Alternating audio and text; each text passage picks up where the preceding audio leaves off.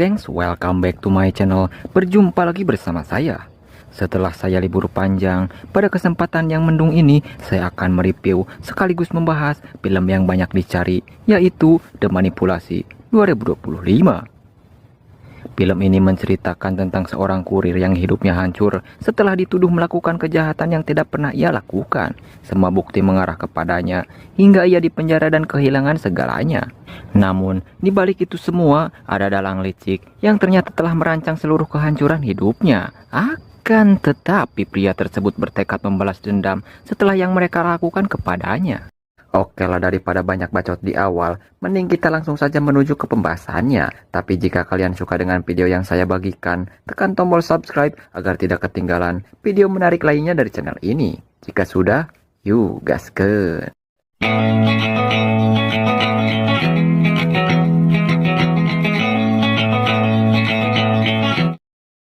Film ini diawali diperlihatkan seorang pria bernama Taejun yang tergesa-gesa memburu seseorang yang telah menghancurkan hidupnya.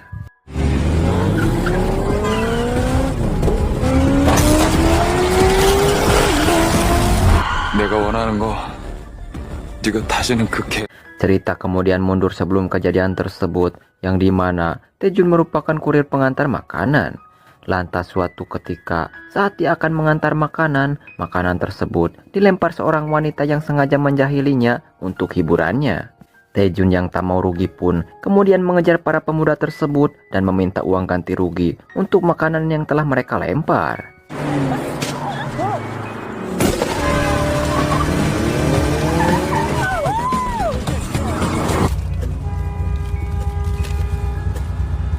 Setelah itu, Taejun menemui adiknya yang bernama Taejin. Rupa-rupanya Taejun bekerja keras selama ini untuk menghidupi Taejin sang adik, dikarenakan orang tua mereka sudah lama meninggal. Tak hanya itu, Taejun juga berpesan kepada sang adik agar dirinya fokus belajar karena dalam waktu dekat ia akan menghadapi ujian sekolah. Kemudian, selesai bekerja, Taejun merawat tanaman bersama teman-temannya. Momen inilah mengungkapkan jika Taejun memiliki usaha sampingan selain menjadi kurir. Usai menata tanaman, Taejun mengobrol dengan wanita bernama Suji yang ikut serta dalam kegiatan tadi. Rupanya Suji merupakan pacar Taejun yang baik dan pengertian. 시분 좀 심하지 않았냐? 솔직히. 저지르고 열심히 수습하는 오빠가 좋아. Hari demi hari pun berlanjut hingga Taejun meluangkan waktunya untuk makan di tengah jam kerja. Taejun lalu tak sengaja menemukan sebuah ponsel berdering di dekatnya. Saat mengangkat panggilan di ponsel itu, Taejun berkomunikasi dengan seorang perempuan bernama Nayong. Rupa-rupanya Nayong adalah pemilik HP tersebut yang hilang dan ponsel itu ditemukan oleh Taejun. Taejun awalnya menolak mengantar ponsel Nayong karena dirinya sedang bekerja. Namun setelah Nayong berjanji akan memberi bayaran cukup tinggi, Taejun akhirnya setuju. 그 구청 앞에 있는 GS 편의점 있잖아요. 거기 앞인데요. Setelah itu, Taejun tiba di lokasi yang telah disepakati. Namun melihat terowongan yang sepi dan tampak rawan jurik dan begal, Taejun ingin mengembalikan ponsel tersebut ke rumah Nayong saja.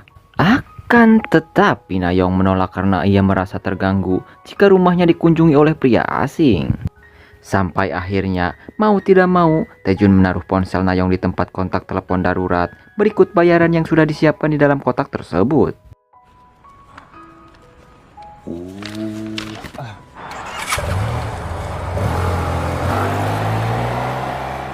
Keesokan paginya, Taejun tiba-tiba disergap dan ditangkap oleh polisi karena diduga telah melakukan pemerkosaan dan pembunuhan. Hingga tak butuh waktu lama, berita penangkapan Taejun menuai sorotan tajam. Penyebabnya, jasad korban Taejun ditemukan di pinggir pantai yang sudah termutilasi. Oleh karena itulah, Taejun dianggap pembunuh yang keji. Di saat sesi interogasi Taejun, polisi menunjukkan foto korban yang merupakan seorang perempuan berusia 20 tahunan. Taejun yang merasa tidak melakukan hal tersebut kemudian menegaskan bahwa dirinya tidak mengenal dan tidak pernah bertemu dengan perempuan yang dimaksud. Bahkan Taejun bersumpah jika pelakunya bukan dirinya. Namun apalah daya, semua bukti tersebut mengarah kepadanya, maka sumpah dan perkataan Taejun sama sekali tidak berguna. 원한 관계가 있으신 겁니까? 왜 20대 여성을 한 점으로 미루어 보아 진짜 몰라요. 모르는 여자를 왜 죽였어? 데리고 와놓고 당분간 여기 있으라는 게 이게 다. Di saat sudah menjadi tahanan, Taejun dikunjungi oleh rekan-rekannya, di mana Taejun begitu terkejut setelah mengetahui bahwa informasi pribadinya bocor ke media sosial. Ternyata tak hanya rekan-rekannya yang berkunjung, Suji juga ikut berkunjung, yang mana untuk kesekian kalinya Taejun menegaskan ia bukanlah pelakunya, dan Suji sebagai pacarnya awalnya mempercayai Taejun, mengingat selama ini Taejun adalah orang baik yang hanya menghabiskan hari-harinya untuk bekerja. 니들 얼굴 보니까 좀 낫다. 야 근데 나 부탁 하나 하자. 우리 너무 듣고 싶었어. 나 아니야. 나 진짜 아니야.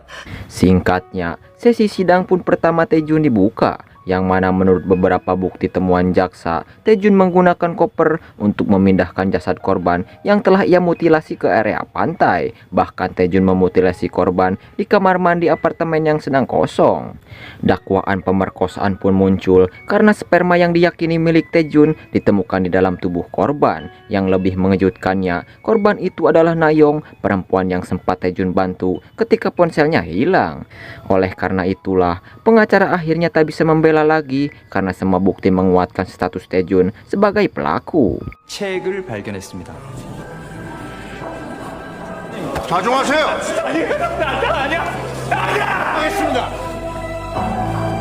Setelah itu, Suji kembali mengunjungi Taejun yang masih merasa dirinya tidak bersalah. Nah, sedikit informasi, selama ini Taejun dan Suji menggunakan gelang berbentuk sama yang menjadi simbol hubungan romantis mereka, yang dimana Suji curiga karena gelang milik Taejun ada di lokasi mutilasi.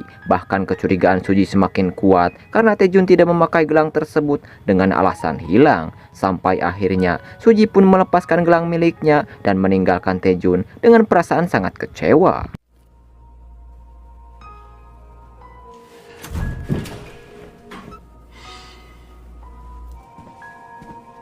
Kemudian, pasca hakim menjatuhkan vonis bersalah, Taejun dipenjarakan di sebuah lapas bernama Guan, di mana saat baru jadi narapidana alias napi, Taejun mendapatkan seorang pengacara pembela umum bernama Asep.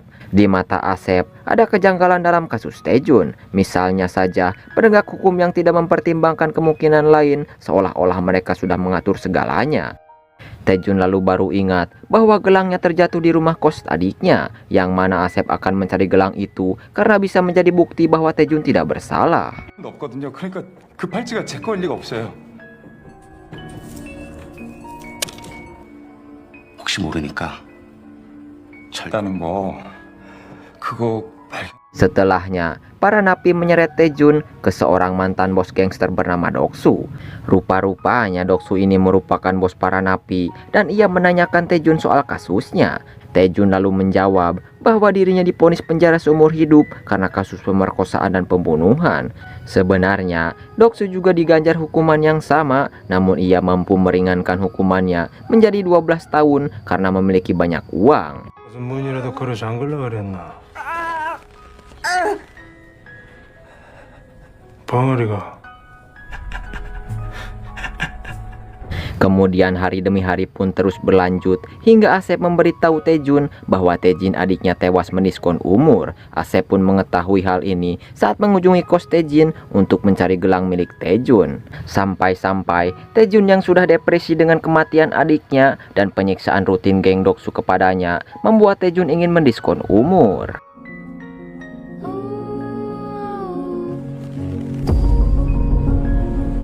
Namun petugas berhasil menyelamatkan Taejun dan tercatat ia sudah 3 kali mencoba mendiskon umur pada bulan yang sama. Pada hari Paskah, para napi mengunjungi gereja di lapas dan mereka mendapatkan sepotong kue, di mana saat Taejun sendiri datang pria bernama Noh, seorang pelayan altar gereja yang ternyata ia merupakan napi yang sudah lama menghuni lapas ini. Noh juga berpesan sekaligus menasehati Taejun agar Taejun berhenti berlarut dalam kesedihan karena semua itu tidak ada gunanya, apalagi sampai mendiskon umur. Sejak saat itulah Taejun mendapat inspirasi untuk tetap hidup, bahkan dirinya rajin berolahraga dan berlatih bela diri. Dari sinilah Taejun lambat laun berubah menjadi orang yang kuat secara fisik ataupun mental. 당신이 생각하는 것보다 훨씬 무서운 놈이에요.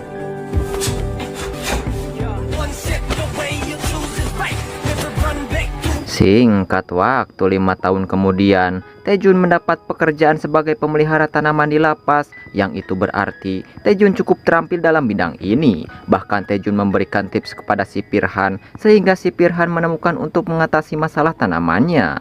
Setelah itu, Taejun mengantar kepergian Noh yang akan segera pulang karena masa hukumannya telah berakhir. Atas permintaan Noh, Taejun pada akhirnya beralih menjadi pelayan altar. 그러게. 너밖에 없었어. 고마웠어. Lantas, suatu ketika Taejun mendampingi seorang napi yang akan membuat pengakuan dosa. Saat waktunya tiba, napi yang kita sebut Ujang ini menceritakan kondisinya. Ternyata Ujang mengalami kondisi yang sama persis dengan Taejun, yakni membantu mengembalikan ponsel hilang milik seorang perempuan. Sebelum akhirnya ia dipenjarakan karena divonis membunuh perempuan itu. Bahkan Ujang juga dibantu oleh Asep. Nah, jika sebelumnya Asep memberitahu Taejun bahwa Taejun mendiskon umur, kali ini Asep memberitahu Ujang bahwa ibunya melakukan hal yang sama. Namun Ujang tidak mempercayai itu semua karena ia yakin ibunya bukan tipe orang yang akan bundir jika stres berat. Setelahnya, para napi menyeret Taejun ke seorang mantan bos gangster bernama Doksu. Rupa-rupanya Doksu ini merupakan bos para napi dan ia menanyakan Taejun soal kasusnya. Taejun lalu menjawab bahwa dirinya divonis penjara seumur hidup karena kasus pemerkosaan dan pembunuhan. Sebenarnya, Doksu juga diganjar hukuman yang sama, namun ia mampu meringankan hukumannya menjadi 12 tahun karena memiliki banyak uang. 무슨 문이라도 걸어 잠글라 그랬나? 벙어리가.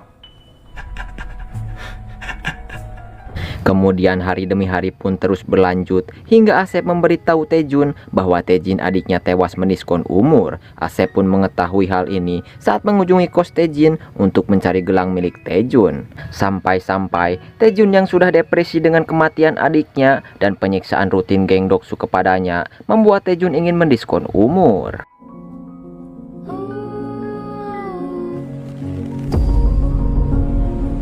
Namun petugas berhasil menyelamatkan Taejun dan tercatat ia sudah 3 kali mencoba mendiskon umur pada bulan yang sama. Pada hari Paskah, para napi mengunjungi gereja di lapas dan mereka mendapatkan sepotong kue, di mana saat Taejun sendiri datang pria bernama Noh, seorang pelayan altar gereja yang ternyata ia merupakan napi yang sudah lama menghuni lapas ini. Noh juga berpesan sekaligus menasehati Taejun agar Taejun berhenti berlarut dalam kesedihan karena semua itu tidak ada gunanya, apalagi sampai mendiskon umur. Sejak saat itulah Taejun mendapat inspirasi untuk tetap hidup, bahkan dirinya rajin berolahraga dan berlatih bela diri. Dari sinilah Taejun lambat laun berubah menjadi orang yang kuat secara fisik ataupun mental. 당신이 생각하는 것보다 훨씬 무서운 놈이에요.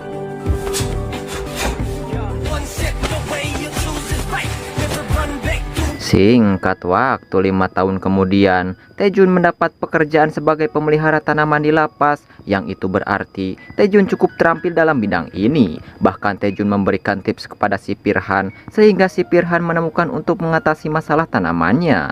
Setelah itu, Taejun mengantar kepergian Noh yang akan segera pulang karena masa hukumannya telah berakhir. Atas permintaan Noh, Taejun pada akhirnya beralih menjadi pelayan altar.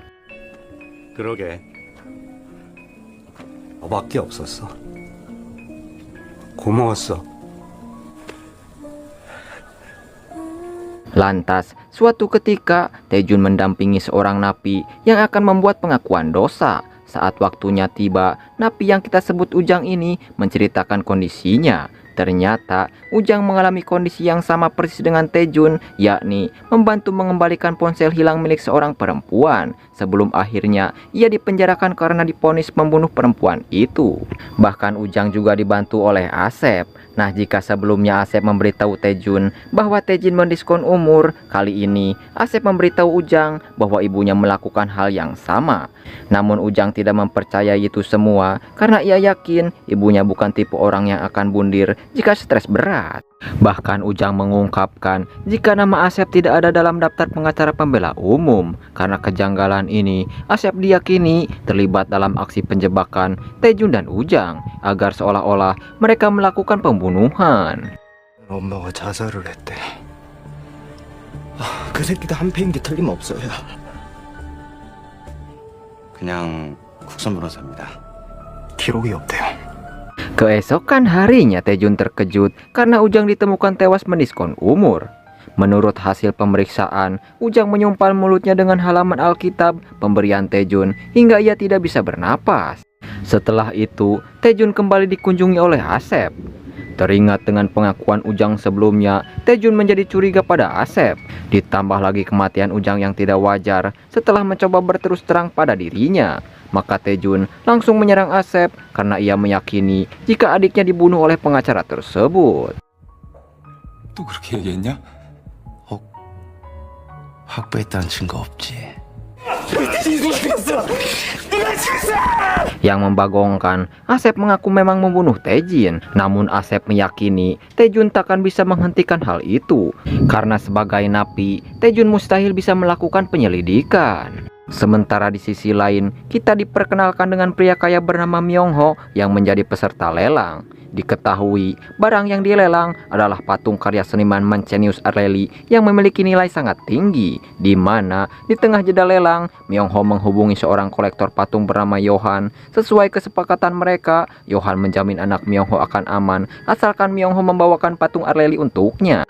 Saat lelang dilanjutkan, Johan diam-diam ikut menjadi peserta untuk menekan Myung-ho. Akibat tekanan ini, Myung-ho terpaksa menawar 6 miliar won, sehingga ia pun akhirnya berhasil membeli patung tersebut. 맞습니다. 55억 온라인, 56번 온라인 다시 체크. 자, 그럼 현장 손님 60억? Setelah mendapat patung incarannya, Johan menghubungi Myung-ho. Jadi ternyata Ujang yang bunuh diri dengan halaman Alkitab adalah tersangka palsu yang dipilih oleh Johan untuk menggantikan anak Myung-ho.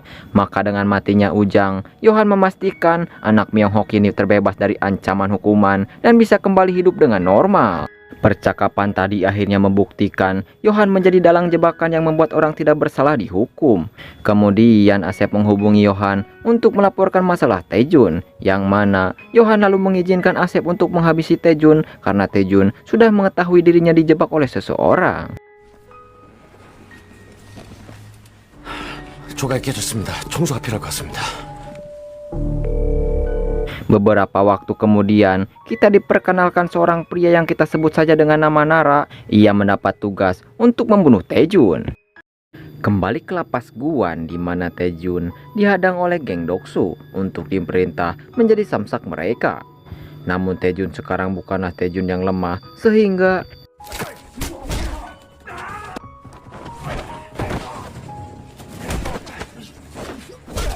melihat orang yang dulu dibully bisa melawan, apalagi Taejun melawan anak buahnya begitu brutal, Doksu hanya bisa cicing merinding setelah melihat keganasan Taejun. Dan di saat itu juga, Taejun mengungkapkan untuk tidak berani mengganggunya lagi. Sejak saat itulah, tersebar rumor geng Doksu dihabisi oleh Taejun seorang, yang mana rumor ini jelas mencoreng reputasi Doksu sebagai napi berkuasa. Doksu kemudian menghajar seorang napi yang diam-diam mengoloknya karena percaya dengan rumor tersebut.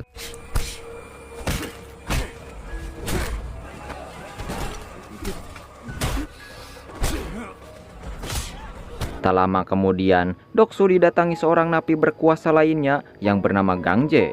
Rupa-rupanya mereka berdua adalah musuh, maka sudah dipastikan keduanya akan merebut gelar paling berkuasa. Kan tetapi saat keduanya sudah mulai memanas, datanglah sipir yang melerai keduanya dan Doksu dipanggil oleh Pak selaku kepala lapas. Pak juga menjadi penyelenggara klub tarung antar napi, sedangkan Doksu bertugas merekrut napi yang akan dijadikan petarung. Doksu pun bisa bertindak semena-mena karena kerjasamanya dengan kepala lapas. Di akhir pertemuan, Pak meminta Doksu untuk berhenti membahayakan nyawa napi. 주머니가 빵빵할 거야. 네 방 예민하게 받지 말고 인상. Singkatnya, Doksu yang masih tak terima dengan ancaman Taejun sebelumnya langsung memerintahkan anak buahnya untuk mempateni Taejun. Namun pemeran kita alias Taejun yang sudah curiga dengan kedatangannya siap siaga dan inilah yang terjadi.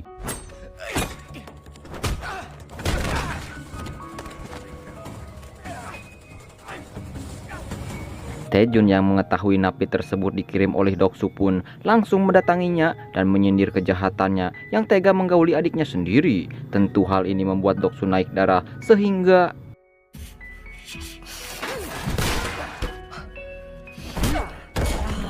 para sipir pun akhirnya terpaksa melumpuhkan Doksu karena ia sulit ditertibkan. Setelahnya, sipir Hwan mengabari Taejun bahwa Doksu sudah dijebloskan ke sel isolasi akibat tindakannya tadi. Ternyata Taejun sengaja tidak melawan agar Doksu dikurung di sel isolasi, berharap dengan dia dikurung di sana Taejun bisa hidup tentram. Seiring berjalannya waktu, Taejun diam-diam membuat kunci duplikat yang akan ia manfaatkan untuk kabur.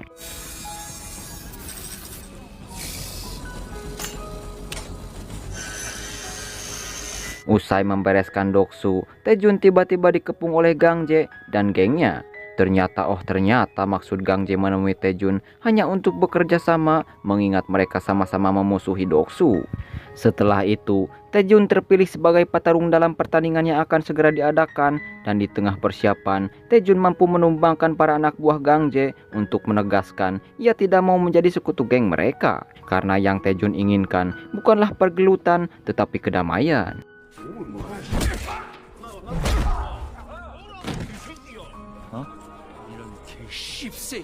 Singkat waktu para napi dikumpulkan untuk menjalani vaksinasi. Ternyata vaksinasi itu dilakukan oleh Nara yang menyamar sebagai dokter lapas. Nara yang memang bertujuan untuk membunuh Taejun pun diam-diam mengganti vaksin tersebut dengan racun. Setelah itu, Taejun mulai berusaha kabur dari lapas dengan strategi dan peralatan yang sudah ia siapkan sejak jauh-jauh hari. Yang mana dengan rute yang telah ia ketahui, Taejun berusaha bergerak secepat mungkin. Akan tetapi ketika sudah di depan pintu, racun yang sudah Nara suntikan pun mulai bereaksi sehingga Taejun pun roboh. Apakah Taejun mati atau selamat dan berhasil kabur? Sebelum mengetahui itu, mari kita ke sirkuit di mana Johan berada. Ternyata Johan memiliki tim balap mobil yang ikut serta dalam kompetisi ini. Namun hasil yang timnya raih tidak membuat Johan senang, melainkan kecewa karena tidak bisa menjatuhkan saingannya guna meningkatkan peluang kemenangan. 상어 나든 말든 우승을 갈망해야죠. 목숨 걸고. 죽으면 안 되는 사람이라고 생각하는구나. Beberapa waktu kemudian, kepala lapas Park tiba-tiba dikunjungi oleh komisaris jenderal yang selama ini jadi atasan Park. Komjen lalu mempersilahkan Johan untuk memasuki kantor Park. Lantas sebelum Komjen pergi, ia berpesan kepada bawahannya itu untuk menuruti apapun perintah dari Johan. Saat mulai bicara face to face, Johan menyinggung soal lapas Guan, di mana lapas ini dihuni para napi paling kejam di Korea Selatan. Johan juga mengakui jika dirinya berteman dekat dengan orang-orang berpengaruh, salah satunya atasan Park sendiri. Dan sebagai orang kaya, Johan memberikan emas kepada Park untuk mengumpulkan 12 napi yang memenuhi syarat di dokumen. Lalu, 12 napi tersebut dikirim ke lokasi pilihan Johan. Park juga boleh mengirim napi yang tidak ia sukai asalkan masih memenuhi syarat.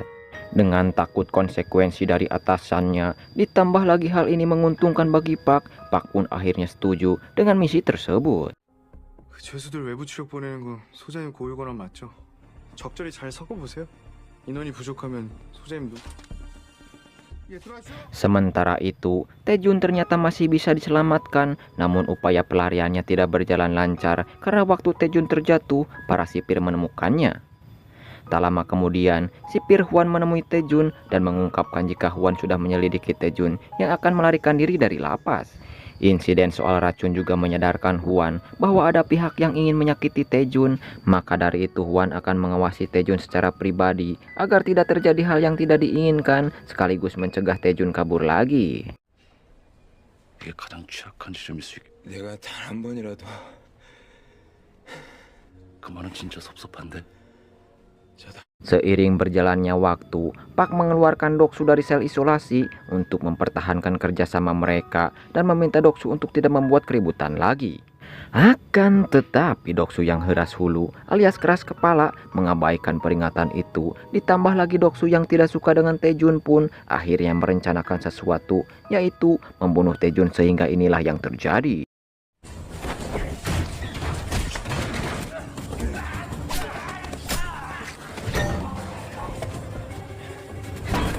Meskipun Taejun belum sembuh total, tapi dirinya mampu menumbangkan anak buah Doksu. Bahkan Taejun sempat menyudutkan Doksu meskipun ia mendapat banyak tusukan dari Doksu.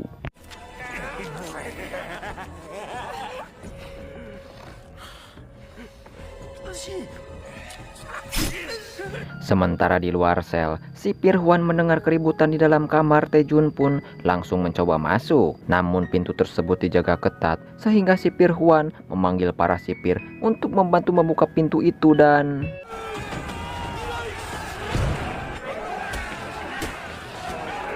Walaupun Taejun membela diri dan dirinya mendapat banyak luka, tetapi tetap saja Taejun harus dikurung di sel isolasi akibat kebrutalannya. Setelahnya, 12 napi termasuk Taejun dikirim paksa ke tempat milik Yohan dengan kondisi kepala ditutup. Tetapi sebelum melanjutkan, kita akan mengetahui fakta jika sebenarnya yang membunuh Nayong dalam kasus Taejun itu adalah Kyung. Di mana saat itu Kyung dan Nayong sedang asik in the hoy di Hotel Oyo. Namun pengaruh narkoboy membuat Kyung hilang kendali sehingga Nayong tidak bernapas lagi alias wafat. Kyung yang ogah dihukum pun meminta bantuan sang ayah, berharap sang ayah bisa membantunya keluar dari masalah tersebut. 계속 숨을 안 쉬는데.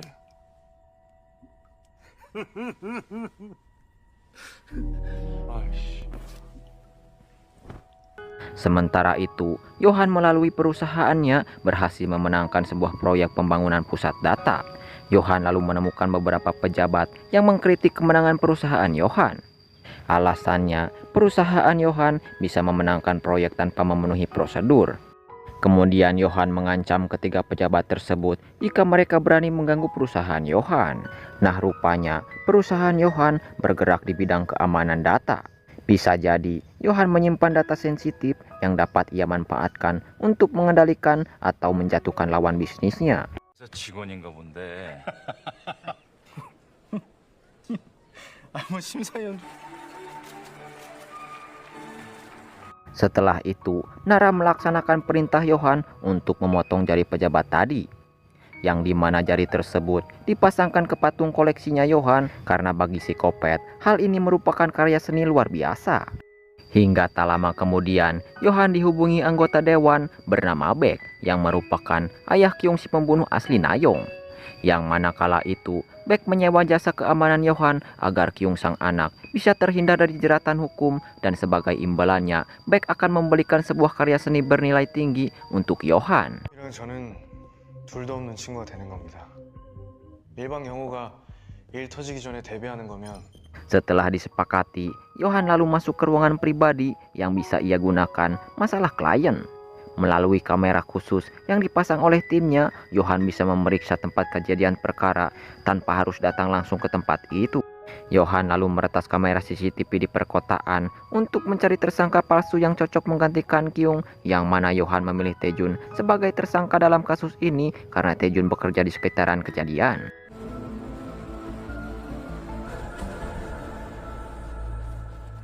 근처에 있었네. 잡았다. Sebagai langkah berikutnya, Yohan memata-matai Taejun baik melalui timnya maupun rekaman CCTV. Usai memahami dan aktivitas kehidupan pribadi Taejun, Yohan dengan timnya mulai merekayasa alat bukti untuk menjadikan Taejun sebagai pelaku.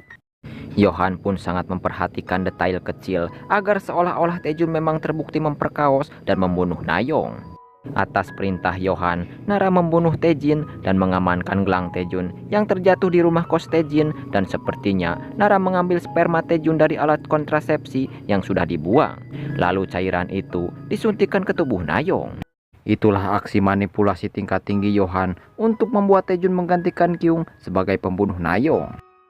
Kembali ke cerita di mana 12 napi termasuk Taejun diberi kamar khusus yang sudah diberi nomor urut termasuk pakaian yang sudah Yohan siapkan.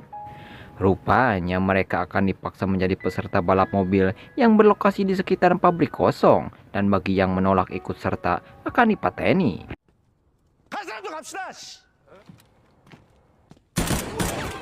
Tak hanya itu, Johan juga mempersiapkan uang 5 miliar won bagi siapa yang menjadi pemenang balap mobil.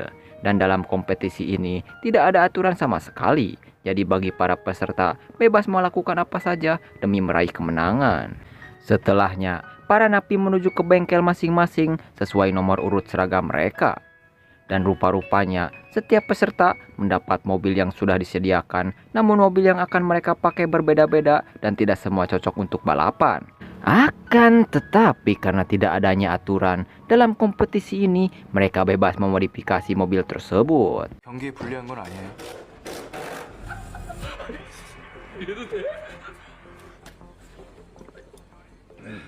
Sementara itu, Kyung datang ke lokasi bersama seorang pria atas undangan Johan. Rupanya pria yang bersama Kyung adalah orang yang hukumannya digantikan oleh Taejin.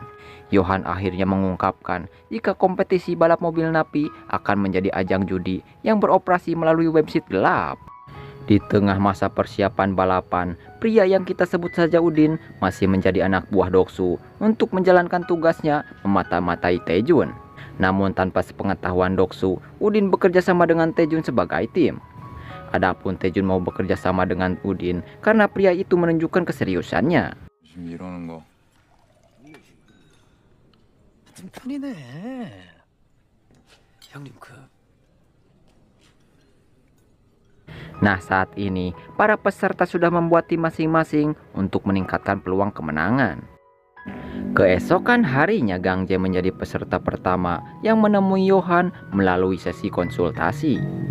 Gang Jae menawarkan kesepakatan dengan Johan, yang mana Gang Jae berjanji bisa menjadi orang yang sangat berguna untuk Johan asalkan Johan mau bekerja sama dengan dirinya. Namun Johan tidak mempercayai Gang Jae dan menolak kerjasama tersebut akibat Gang Jae sudah 18 kali melakukan penipuan. Setelah itu, giliran Doksu yang menemui Johan melalui konsultasi. Doksu lalu meminta izin Johan untuk menghabisi Taejun dalam balapan nanti agar ia bisa membalaskan dendamnya. Mendengar hal itu, Johan akhirnya mengizinkan Doksu demi meningkatkan keseruan balapan. 제 마음의 문을 활짝 열어도 되겠습니다. 실수는 하는데 내 손으로 직접 죽이면 살인이지만 Ketika malam pun poek, anak buah Doksu membajak mobil SUV milik peserta lain karena milik Doksu tidak layak untuk balapan. Aksi tersebut pun dilihat oleh Gang Jae dan mendapati para penjaga keamanan hanya diam saja. Di saat itulah Gang Jae baru menyadari jika pembajakan mobil dan kekerasan diperbolehkan di tengah persiapan. 규칙이 없다는 게 따라. Sementara itu, Taejun dan Udin sedang memodifikasi mobil sport milik Udin. Ternyata dari semua peserta hanya Udin yang mendapatkan mobil sport. Sehingga dengan mobil kencang itu, Udin berpeluang besar untuk menang. Maka dari itu para peserta lain mencoba membajaknya dengan segala cara. Namun Udin dan Taejun tak tinggal diam, berusaha kabur dengan mobil sport itu.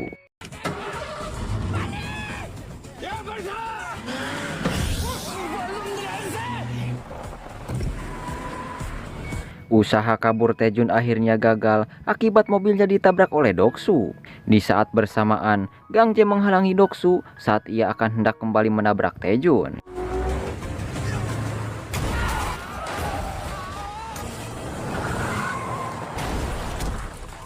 Di saat Doksu dan Gang Jae akan bertarung demi merebutkan mobil sport, penjaga keamanan akhirnya bertindak dan berhasil memulihkan ketertiban.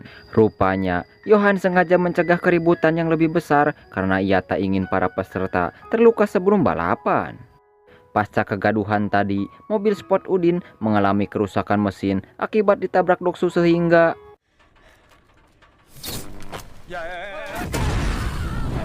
keesokan harinya Taejun menemui Johan dalam sesi konsultasi.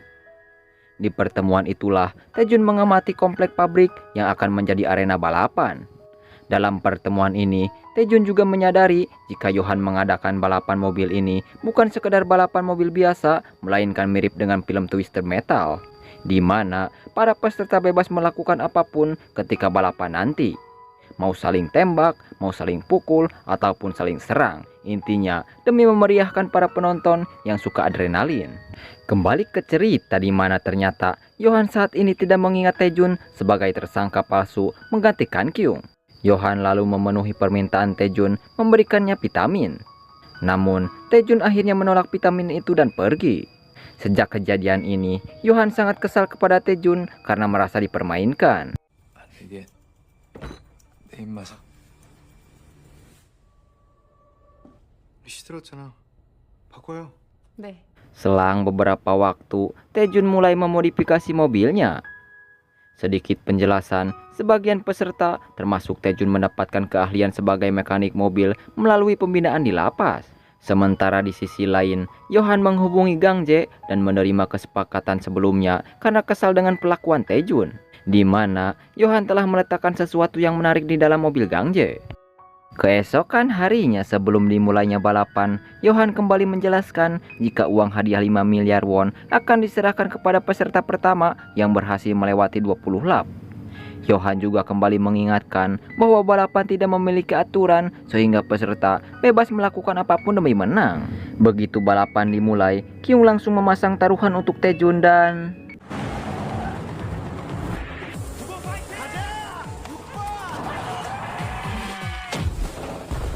Saat persaingan semakin panas, Doksu berhasil menabrak mobil Taejun dan bersiap membunuhnya. 11번 차 경로를 이탈합니다. Akan tetapi mobil tersebut dikemudikan oleh Udin yang dimana Taejun sebelumnya sudah bertukar mobil dengan Udin. Rupanya Taejun beralih menggunakan motor yang tersedia di lokasi.